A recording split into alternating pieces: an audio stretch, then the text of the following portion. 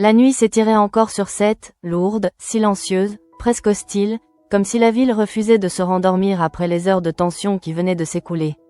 Dans l'appartement des Delcourt, Chloé restait assise sur le bord du lit, les yeux ouverts dans l'obscurité, incapable de trouver le moindre apaisement. Le plafond lui semblait trop bas, l'air trop dense, et chaque battement de son cœur résonnait comme un rappel cruel de ce qu'elle n'arrivait pas à oublier. Elle n'avait pas dormi, pas une minute. Chaque fois qu'elle fermait les yeux, l'image revenait, précise, brutale. La forêt, la panique, le bras de Maud, cette décision prise dans l'urgence, presque à l'instinct. Une décision qu'elle avait assumée sur le moment, sans réfléchir aux conséquences, mais qui maintenant s'infiltrait en elle comme un poison lent. Chloé se demandait si le courage pouvait, avec le temps, se transformer en faute. Dans une autre maison, tout aussi plongée dans l'attente, Raphaël tournait en rond. Elle faisait les 100 pas dans le salon, incapable de rester en place, jetant régulièrement un regard vers son téléphone posé sur la table basse, comme si l'écran allait finir par s'allumer de lui-même. Diego l'avait appelé plus tôt, sa voix trahissait une inquiétude mal contenue. L'opération était terminée, Maud dormait encore, mais personne ne savait vraiment comment cela s'était passé. Ce silence, cette absence de réponse claire, était presque plus insupportable que la pire des annonces. Sébastien, lui, tentait de garder une façade de calme. Assis dans son fauteuil, les mains jointes, il observait sa fille sans rien dire, conscient que le moindre mot risquait de faire basculer un équilibre déjà fragile. Depuis des jours, il nourrissait cet espoir secret que la maladie de Maud, puis cette épreuve, puisse servir de point de départ à une réconciliation longtemps attendue entre ses petites filles. Mais à cet instant précis, il n'osait pas formuler cette pensée à voix haute, de peur de la voir se briser contre la réalité. À l'hôpital, Marianne relisait une dernière fois le bilan post-opératoire. Les chiffres, les termes médicaux, tout était là, noir sur blanc. Elle connaissait ce document par cœur, mais elle ressentait le besoin de s'y accrocher, comme à une encre. Quand elle leva enfin les yeux, elle inspira profondément. Elle savait que ce qu'elle allait annoncer allait changer le cours de cette nuit pour plusieurs personnes. Quand Raphaël décrocha enfin, la voix de Marianne se voulut ferme, rassurante, presque enveloppante.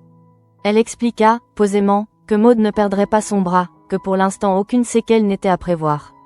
Un instant de silence suivit, puis un souffle tremblant, presque un sanglot étouffé, franchit le combiné. Raphaël s'effondra sur le canapé, submergé par un soulagement si intense qu'il en devenait douloureux. Sébastien ferma les yeux, laissant ses épaules retomber pour la première fois depuis des heures. Pourtant, cette bonne nouvelle n'effaçait pas tout. Elle n'effaçait ni la peur, ni la colère, ni les questions qui continuaient de flotter, lourdes, entre eux. Pendant ce temps, Chloé se leva enfin. Elle attrapa une veste, presque mécaniquement, comme si son corps savait déjà ce qu'elle devait faire avant même qu'elle n'en prenne conscience. Elle se rendit à l'hôpital, poussée par un mélange confus de besoin de savoir et de nécessité de faire face. Quand elle entra dans le bureau de Marianne, elle eut du mal à soutenir son regard. Elle écouta l'annonce du verdict médical, sentit un poids immense quitter sa poitrine, mais ce soulagement fut aussitôt remplacé par une autre forme d'angoisse. Chloé parla peu, mais quand elle le fit, ses mots sortirent comme une confession. Elle avoua qu'elle pensait avoir commis une erreur, qu'elle s'attendait à être sanctionnée, qu'elle considérait presque normal de devoir en payer le prix. Marianne l'écouta sans l'interrompre, consciente que ce moment était crucial. Puis elle lui rappela calmement que cette manipulation avait eu lieu dans un cadre privé, en situation d'urgence, et que surtout, elle avait été motivée par le courage et non par l'inconscience. Ces paroles, prononcées sans emphase, réussirent pourtant à fissurer la carapace de culpabilité que Chloé s'était construite. À quelques kilomètres de là, la vie suivait un autre rythme, plus banal en apparence, mais tout aussi chargé de tensions sous-jacentes. Bastien, devant le miroir, se vaporisait le parfum de Georges avec un enthousiasme un peu excessif. Quand Georges passa près de lui, il fronça le nez, amusé, et lui fit remarquer qu'il cocotait. Bastien rougit, incapable de nier l'évidence. Le soir même, Georges, faussement sévère, lui annonça qu'il lui ferait un interrogatoire digne du commissariat. Bastien rit jaune, partagé entre la gêne et l'excitation. Au hall, Sébastien tentait de choisir un bouquet sans trop savoir lequel conviendrait. Christelle Moreno, fidèle à elle-même, en faisait des tonnes, multipliant les conseils et les commentaires. Elle finit par lui proposer un dîner au spoon avec Marianne et Sylvain. Sébastien hésita, sentit le piège se refermer, mais n'osa pas refuser, comme s'il craignait que dire non ne rompe un équilibre déjà précaire. Dans les rues de Sète, Erika marchait aux côtés de Basile. Elle se sentait observée, sans parvenir à identifier la source exacte de ce malaise. Un policier les suivait à distance, discret, mais elle ignorait qu'un autre regard, bien plus inquiétant, pesait sur elle. Derrière eux, un homme avançait, lentement, méthodiquement. L'homme du gîte. Son pas était assuré, presque calme, mais son esprit, lui, était en ébullition. À ce moment-là, Esmé laissa éclater sa colère contre Diane. Elle lui reprochait d'avoir tout raconté à Bastien, de l'avoir exposé sans son consentement. La tension monta rapidement entre les deux sœurs, révélant des failles bien plus profondes qu'un simple malentendu. Bastien, de son côté, restait à l'écart, déstabilisé par ce qu'il venait d'apprendre, incapable de comprendre comment une information censée rapprocher pouvait provoquer autant de dégâts. Pendant ce temps, au commissariat, Damien faisait défiler des images sur son écran. Il venait de croiser le portrait robot avec des bases de données bien précises, permis moto, licence de tir. Le nom apparut enfin, Mathieu Bouvard. Sarah, en creusant davantage, découvrit un lien troublant. Mathieu et Basile avaient fréquenté le même lycée. Une pièce essentielle du puzzle venait de se mettre en place. Lorsque Basile fut interrogé, son malaise était palpable. Il expliqua que Mathieu n'avait jamais été un ami, juste un garçon à l'écart, solitaire, presque invisible. Il se souvenait surtout de cette obsession malsaine pour Erika, de ce recueil de poèmes découvert un jour par hasard, où Mathieu s'imaginait finir sa vie avec elle. À l'époque déjà, Basile avait trouvé ça dérangeant, sans mesurer à quel point cette fixation pouvait devenir dangereuse. Cette révélation jeta une nouvelle ombre sur l'affaire. Ce qui semblait être un harcèlement du passé prenait désormais la forme d'une menace bien réelle, prête à exploser à tout moment. Le nom de Mathieu Bouvard flottait désormais dans l'air du commissariat comme une présence invisible mais oppressante. Ce n'était plus une silhouette floue, ni un simple portrait robot accroché au mur. C'était un homme, avec un passé, des blessures, et surtout une obsession qui, au fil des années, avait cessé d'être silencieuse. Damien relisait les éléments du dossier avec une attention presque obsessionnelle, conscient que chaque détail pouvait faire la différence entre une intervention à temps et un drame irréversible. Sarah, elle, ressentait un malaise profond. Plus elle avançait dans la recherche, plus elle avait l'impression de plonger dans l'esprit de quelqu'un dont la logique lui échappait totalement. Elle songea à contacter la famille de Mathieu, espérant trouver un déclencheur, un événement précis qui aurait pu faire basculer cette fascination maladive vers la violence. Dans son esprit, une certitude s'imposait déjà. Cet homme n'était pas seulement instable, il était dangereux.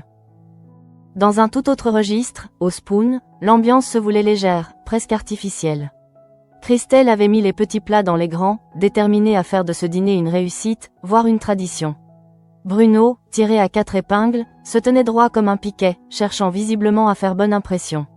Sylvain, lui, alternait entre plaisanteries maladroites et silence gêné, tandis que Marianne et Sébastien arrivaient avec ce sourire un peu crispé de ceux qui savent qu'ils sont là par obligation autant que par politesse. Quand Christelle proposa, avec un enthousiasme débordant, que ce dîner devienne un rendez-vous régulier, la réaction de Marianne fut spontanée, presque incontrôlable. Un simple « oh pitié » s'échappa de ses lèvres avant qu'elle ne puisse se reprendre. Un court silence suivit, révélant les tensions latentes, ces petites fractures du quotidien qui, mises bout à bout, racontaient beaucoup plus qu'un simple repas entre amis. Pendant ce temps, dans les rues de Sète, la tension montait d'un cran. Erika tenta de se convaincre que cette sensation d'être suivie n'était qu'une projection de sa peur. Elle marchait aux côtés de Basile, essayant de maintenir une conversation banale, mais son regard balayait constamment les alentours. Derrière eux, la silhouette de l'homme du gîte se détachait de plus en plus clairement, comme si la distance se réduisait inexorablement. À ce moment-là, Esmé reçut un message qui allait changer le cours des événements. Mathieu l'appelait, sa voix se voulait calme, presque polie. Il expliqua qu'il avait une livraison à faire au lycée, quelque chose de simple, sans importance, et qu'il avait besoin de savoir par où entrer. Esmé hésita à peine. Elle indiqua l'arrière du bâtiment, un accès discret, rarement surveillé.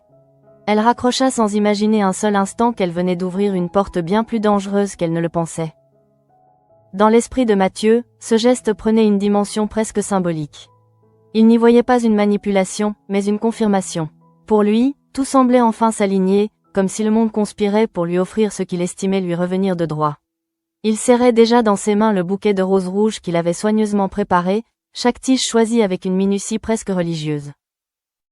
Au lycée, l'atmosphère restait insouciante, en surface du moins. Les élèves allaient et venaient, absorbés par leurs préoccupations ordinaires, inconscients du danger qui s'approchait. Barr, après avoir montré patte blanche, pénétra dans l'établissement. Sa présence n'avait rien d'ostentatoire, mais elle était suffisante pour provoquer un séisme dans l'esprit de quelqu'un qui observait la scène depuis l'ombre.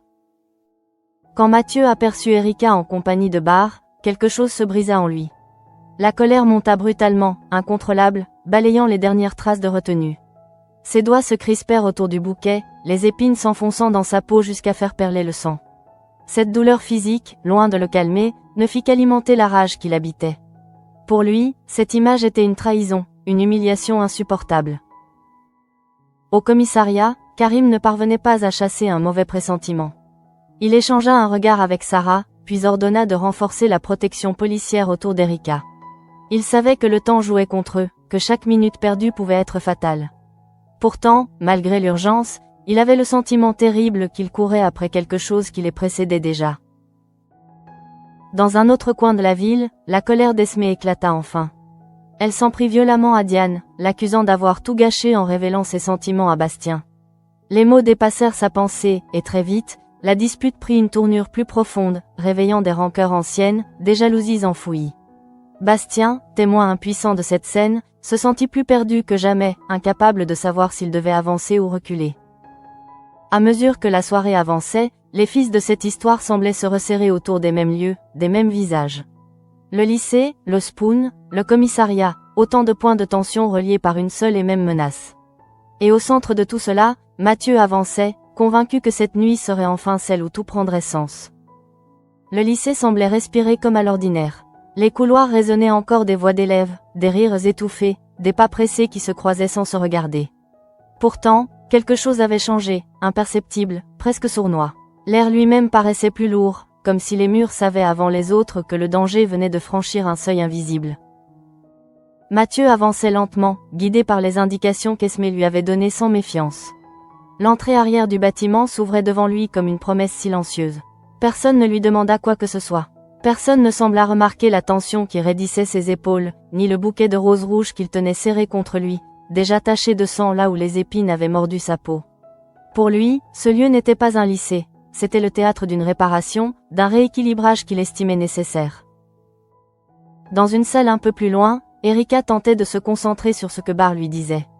Elle hochait la tête, esquissait un sourire, mais son esprit refusait de se poser. Une sensation familière lui remontait le long de l'échine, ce frisson qu'elle avait appris à reconnaître, celui qui l'avertissait qu'elle n'était pas en sécurité. Elle se força pourtant à rester calme, refusant de céder à une peur qu'elle jugeait irrationnelle. Barr, lui, percevait ce malaise sans parvenir à en identifier la cause exacte. Il se contenta de rester près d'elle, comme un réflexe de protection. Pendant ce temps, au commissariat, l'inquiétude montait d'un cran. Karim faisait les 100 pas, jetant sans cesse un regard vers l'horloge murale. Chaque minute qui passait sans nouvelles concrètes renforçait cette impression d'impuissance qu'il détestait tant. Sarah, concentrée sur son téléphone, tentait de joindre différentes personnes, d'obtenir la moindre information susceptible de confirmer leurs soupçons. Le nom de Mathieu résonnait désormais comme une alarme interne, impossible à ignorer. Au lycée, Mathieu s'arrêta un instant dans le couloir. Il observa autour de lui, comme pour s'imprégner de l'endroit. Les souvenirs affluèrent brutalement, les regards moqueurs, les rires étouffés, cette sensation d'être invisible ou, pire encore, indésirable. Pour lui, tout cela n'avait jamais disparu. Il avait simplement appris à le dissimuler, à le transformer en quelque chose de plus contrôlé, de plus structuré. Aujourd'hui, cependant, ce contrôle vacillait dangereusement. Quand il aperçut Erika de loin, accompagnée de Barr, la scène se grava dans son esprit comme une trahison ultime. Sa respiration s'accéléra, son regard se fixa, incapable de se détourner. Barr n'était pas seulement un obstacle, il incarnait tout ce que Mathieu n'avait jamais été, tout ce qu'il avait toujours jalousé. Cette proximité entre Erika et cet autre homme réveilla une colère primitive, presque incontrôlable, qui balayait toute tentative de rationalité. À ce moment-là, Esmé sentit un malaise diffus l'envahir. Elle repensa à cet appel, à la voix trop calme de Mathieu, à la facilité avec laquelle elle avait donné ses informations. Une inquiétude sourde s'insinua en elle, mais elle tenta de la repousser, refusant d'admettre qu'elle avait pu se tromper à ce point. Pourtant, au fond d'elle, quelque chose venait de se fissurer. Dans un autre espace du lycée, des élèves passaient sans prêter attention à l'homme qui avançait désormais d'un pas plus rapide, plus décidé. Mathieu serrait le bouquet avec une force telle que ses jointures blanchissaient. La douleur dans sa main devenait presque agréable, comme une punition nécessaire, une manière de canaliser la rage qui menaçait de déborder. Erika, soudain, leva les yeux. Son regard croisa celui de Mathieu, et tout s'arrêta. Le bruit ambiant sembla s'évanouir, remplacé par un silence oppressant. Elle reconnut immédiatement cette expression, ce mélange de fixation et de colère qu'elle avait déjà vu autrefois, et que le temps n'avait fait qu'amplifier. Son cœur se mit à battre plus vite, ses pensées s'embrouillèrent. Elle comprit, sans qu'aucun mot ne soit prononcé, que le danger était là, à quelques mètres seulement. Barr sentit son corps se tendre à son tour. Il n'avait pas encore identifié la menace, mais l'attitude d'Erika suffisait à le mettre en alerte. Il se plaça légèrement devant elle, instinctivement, sans vraiment savoir contre quoi il se protégeait. Ce geste, anodin en apparence, fut pour Mathieu l'ultime provocation. À cet instant précis, au commissariat, une décision fut prise. Karim donna l'ordre d'intervenir immédiatement. Les équipes se mirent en mouvement, conscientes que chaque seconde comptait désormais. Mais le lycée restait à plusieurs minutes de là, et cette distance prenait soudain des allures d'éternité. Dans le couloir, Mathieu fit un pas de plus. Puis un autre. Son regard ne quittait plus Erika. Le bouquet de roses pendait désormais à moitié, écrasé, déformé, comme le symbole grotesque d'un amour qu'il croyait pur et qui n'était devenu qu'obsession. Autour d'eux, personne ne semblait encore mesurer la gravité de la situation. La menace était là, palpable, prête à exploser. Et Erika le savait. Elle sentait que quelque chose d'irréversible était sur le point de se produire. Le temps semblait s'être figé dans le couloir du lycée. Erika avait l'impression que chaque seconde s'étirait démesurément, comme si son corps refusait d'avancer mais que son esprit, lui, courait déjà vers la pire des issues. Elle sentait la présence de Barr devant elle, solide, presque rassurante, et pourtant cette protection improvisée lui paraissait dérisoire face à la violence contenue dans le regard de Mathieu. Mathieu ne parlait pas, il n'en avait pas besoin. Tout son corps exprimait ce qu'il retenait depuis trop longtemps. Sa respiration était courte, hachée, et ses yeux brillaient d'une intensité inquiétante. Pour lui, ce moment avait été 1000 fois imaginé, réécrit, idéalisé. Mais la réalité refusait obstinément de se plier à son scénario. Erika n'était pas seule. Elle ne l'avait jamais été, malgré tout ce qu'il avait voulu croire. Barr tenta de prendre la parole, cherchant à calmer la situation sans vraiment savoir comment s'y prendre. Il sentit immédiatement que ses mots glissaient sur Mathieu sans l'atteindre. Chaque phrase semblait au contraire nourrir un peu plus la colère qui montait. Mathieu serra les dents, ses doigts se crispèrent de nouveau sur les tiges des roses, et une goutte de sang tomba au sol, éclatant sur le carrelage dans un bruit presque imperceptible. Autour d'eux, quelques élèves commencèrent à ralentir le pas, attirés par cette tension étrange qui flottait dans l'air. Personne n'osait intervenir. Certains sentaient confusément qu'ils assistaient à quelque chose de grave, sans en mesurer pleinement la portée. Erika, elle, n'avait aucun doute. Elle savait que le danger n'était plus abstrait, qu'il se tenait devant elle, incarné dans cet homme qui refusait d'accepter la réalité. Pendant ce temps, les voitures de police fendaient les rues de Sète à vive allure. Karim, concentré, gardait les yeux fixés sur la route, tandis que Sarah vérifiait une dernière fois les informations qu'ils avaient. Le moindre détail pouvait faire la différence. Il savait que Mathieu était imprévisible, qu'il pouvait basculer à tout instant. L'urgence était totale, et pourtant, une part d'eux redoutait d'arriver trop tard. Dans le couloir, la voix de Mathieu finit par s'élever, basse, tremblante. Il parlait d'injustice, de ce qu'on lui avait pris, de ce qu'on lui devait. Ses mots étaient décousus, chargés de ressentiment, comme s'il tentait de convaincre autant Erika que lui-même. Erika sentit ses jambes faiblir légèrement, mais elle refusa de reculer. Elle ne voulait pas lui donner cette satisfaction. Elle se contenta de le regarder, droit dans les yeux, espérant qu'il perçoive enfin la frontière qu'il n'avait pas le droit de franchir. Barr se plaça un peu plus devant elle, accentuant ce geste de protection qui, pour Mathieu, devint insupportable. Ce corps interposé représentait tout ce qu'il rejetait, l'évidence que l'amour ne se commande pas, qu'il ne se mérite pas par la souffrance ou la persévérance maladive. La colère de Mathieu explosa presque, son visage se déformant sous l'effet d'une rage qu'il n'arrivait plus à contenir. À ce moment-là, un cri retentit plus loin dans le lycée. Un surveillant venait d'apercevoir la scène et appelait à l'aide. Les élèves commencèrent à s'éloigner, paniqués, créant un mouvement de foule désordonné. Le bruit, soudain, revint de toutes parts, amplifié, chaotique. La tension atteignit son paroxysme. Erika sentit son cœur battre à tout rompre. Elle ne savait plus si la police arriverait à temps, ni comment cette confrontation allait se terminer. Elle savait seulement qu'elle était au centre de quelque chose qui la dépassait, d'une obsession qu'elle n'avait jamais choisie mais qu'elle devait désormais affronter de face.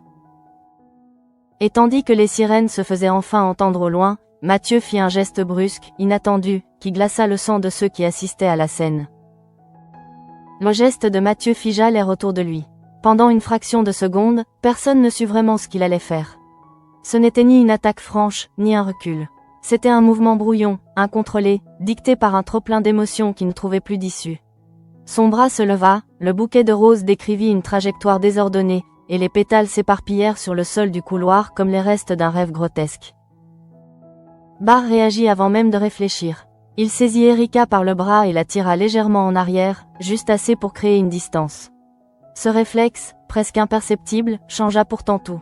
Mathieu s'arrêta net, surpris par cette résistance inattendue, comme si la réalité venait de lui opposer une barrière qu'il n'avait jamais envisagée. À cet instant précis, les premiers policiers firent irruption dans le lycée. Le bruit des pas précipités, les ordres criés d'une voix ferme, brisèrent définitivement la bulle irréelle dans laquelle Mathieu s'était enfermé. Karim apparut en tête, le regard dur, évaluant la scène en une seconde. Il vit le sang sur la main de Mathieu, les roses écrasées au sol, la panique encore visible sur le visage d'Erika. Les ordres fusèrent, calmes, précis, sans laisser place à la négociation. Mathieu tenta de parler, de se justifier, mais sa voix se perdit dans le chaos. Ses mots n'avaient plus de poids. Ses gestes étaient désormais surveillés, contrôlés. Quand les policiers s'approchèrent pour l'encercler, il sembla soudain rapetisser, comme si toute l'énergie qu'il avait portée jusque-là venait de s'évaporer. Erika resta figée, incapable de bouger. Ses jambes tremblaient, mais elle refusait de s'effondrer. Elle regardait la scène comme de l'extérieur, détachée, encore sous le choc. Barr, toujours près d'elle, posa une main rassurante sur son épaule, sans un mot. Ce simple contact suffisait à lui rappeler qu'elle n'était pas seule, qu'elle ne l'avait jamais vraiment été. Mathieu se laissa finalement maîtriser sans opposer de réelle résistance. Les menottes claquèrent autour de ses poignets dans un bruit sec, presque définitif. Son regard se posa une dernière fois sur Erika, vidé de la rage qui l'animait quelques instants plus tôt. Il n'y avait plus ni colère, ni obsession apparente, seulement une forme de vide inquiétant. Lorsque les policiers l'emmenèrent, le couloir sembla retrouver peu à peu son souffle. Les élèves, tenus à distance, murmuraient entre eux, tentant de comprendre ce qu'ils venaient de voir. Certains pleuraient, d'autres riaient nerveusement, incapables de gérer l'adrénaline qui retombait brutalement. Karim s'approcha d'Erika. Sa voix se fit plus douce, presque paternelle. Il lui demanda si elle allait bien, si elle avait besoin de s'asseoir. Elle hocha la tête, encore incapable de formuler une phrase complète. Sarah arriva à son tour, jetant un regard rapide à la scène avant de se concentrer sur Erika. Dans ses yeux, il n'y avait ni jugement ni curiosité, seulement une profonde empathie. Pendant ce temps, au Spoon, l'ambiance avait changé. Les téléphones vibraient, les regards se croisaient, et l'information commençait à circuler. Christelle sentit son estomac se nouer en apprenant ce qui s'était passé au lycée. Le dîner, soudain, perdit toute importance. Marianne, le visage fermé, comprit immédiatement la gravité de la situation. Elle pensa à Erika, à cette fragilité qu'elle connaissait trop bien chez ceux qui deviennent la cible d'une violence qu'ils n'ont jamais provoquée. Au commissariat, Damien préparait déjà les premières démarches. L'arrestation de Mathieu ne signifiait pas la fin de l'affaire. Il fallait comprendre, analyser, prévenir toute récidive. Sarah évoqua la nécessité d'un suivi psychiatrique, consciente que ce type de profil ne disparaît pas simplement derrière des barreaux. Dans un coin du lycée, Esmé observait la scène de loin, le cœur serré. La culpabilité la frappa de plein fouet. Elle repensait à cet appel, à cette information donnée trop facilement, et elle comprit, avec une brutalité nouvelle, que ces actes avaient eu des conséquences bien réelles. Bastien, à ses côtés, tenta maladroitement de la réconforter, mais elle ne semblait pas prête à entendre quoi que ce soit. La menace immédiate était écartée. Pourtant, chacun savait que rien ne redeviendrait vraiment comme avant. Ce qui s'était passé laisserait des traces, visibles ou non, dans les esprits de ceux qui l'avaient vécu. Et pour Erika, cette journée marquait la fin d'une traque, mais aussi le début d'un long chemin pour se libérer d'une peur qui avait enfin pris un visage. Lorsque le lycée retrouva enfin un semblant de calme, le silence qui s'installa n'avait rien de rassurant. Il était lourd, chargé de tout ce qui venait de se produire, de ces émotions que personne n'osait encore nommer. Erika avait quitté les lieux accompagnée par la police, le regard perdu, comme si une partie d'elle était restée coincée dans ce couloir, au moment précis où la peur avait pris forme humaine. Au commissariat, elle fut installée dans une salle à l'écart. Les questions arrivèrent doucement, avec précaution, mais chaque mot semblait raviver des images qu'elle aurait voulu enfouir. Elle répondit par bribes, parfois en silence, parfois avec une lucidité glaçante qui trahissait le choc. Ce n'était pas seulement la confrontation qui l'avait ébranlé, mais la prise de conscience que cette obsession avait grandi pendant des années, dans l'ombre, sans qu'elle n'en sache rien. Barr attendait non loin de là. Il se sentait étrangement inutile, réduit au rôle de témoin impuissant. Il repensait à ce geste instinctif, à cette fraction de seconde où il avait tiré Erika en arrière, et se demandait si cela aurait suffi si la situation avait dégénéré davantage. Cette pensée le hantait déjà, laissant poindre une inquiétude sourde, celle de ne pas toujours pouvoir protéger ceux qu'il aime. Au même moment, Chloé sortait du bureau de Marianne, encore bouleversée par ce qu'elle venait d'apprendre au sujet de l'incident au lycée. Elle sentit un frisson la parcourir. Cette journée avait commencé par la peur de perdre Maud, elle se poursuivait par la confirmation que la violence pouvait frapper n'importe qui, n'importe quand. Elle se demanda si son sentiment de culpabilité n'était pas aussi nourri par cette impression diffuse d'impuissance face au chaos. Marianne, elle, tentait de rester solide. Elle rassurait, expliquait, trouvait les mots justes pour chacun. Pourtant, lorsqu'elle se retrouva seule quelques instants, son visage se ferma. Elle connaissait trop bien les dégâts invisibles laissés par ce genre d'événement. Elle savait que pour Erika, la véritable épreuve ne faisait que commencer. Dans une autre partie de la ville, Esmé n'arrivait pas à se calmer. Les images tournaient en boucle dans sa tête, et chaque souvenir de sa conversation avec Mathieu prenait désormais une teinte inquiétante. Elle se sentait responsable, même si personne ne l'accusait ouvertement. Cette culpabilité, lourde et silencieuse, s'imposa à elle avec une force qu'elle n'avait jamais connue. Bastien, maladroit mais sincère, tenta de lui parler, de lui dire qu'elle n'y était pour rien. Mais Esmé n'écoutait déjà plus. Elle savait que certaines erreurs, même involontaires, laissent des marques durables. Diane, de son côté, prenait conscience des dégâts qu'elle avait provoqués en voulant bien faire. Sa révélation avait déclenché une chaîne d'événements qu'elle n'avait pas anticipés. Elle oscillait entre la colère, la honte et une envie irrépressible de réparer, sans savoir comment s'y prendre. Au commissariat, Damien et Sarah faisaient le point. L'arrestation de Mathieu n'était qu'une étape. Il fallait désormais comprendre, prévenir, protéger. Sarah insistait sur l'importance d'un suivi sérieux, consciente que ce type de profil ne disparaît pas avec une simple mise en détention. Karim, fatigué mais concentré, acquiesça. Il savait que leur travail ne s'arrêtait jamais vraiment, surtout quand les blessures étaient d'abord psychologiques.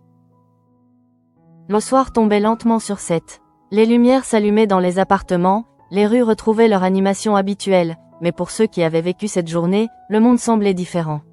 Plus fragile, plus imprévisible. Erika, enfin seule un instant, laissa couler quelques larmes silencieuses. Ce n'était pas de la faiblesse, mais un besoin urgent de relâcher la tension accumulée.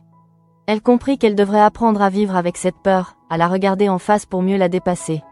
Et malgré l'angoisse, une pensée s'imposa à elle, elle avait survécu. Elle n'était plus une proie. La nuit était retombée sur 7, plus calme en apparence, mais chargée d'un silence épais, presque solennel. À l'hôpital, Maud dormait encore, paisible, son visage apaisé contrastant avec les heures de peur qui avaient précédé.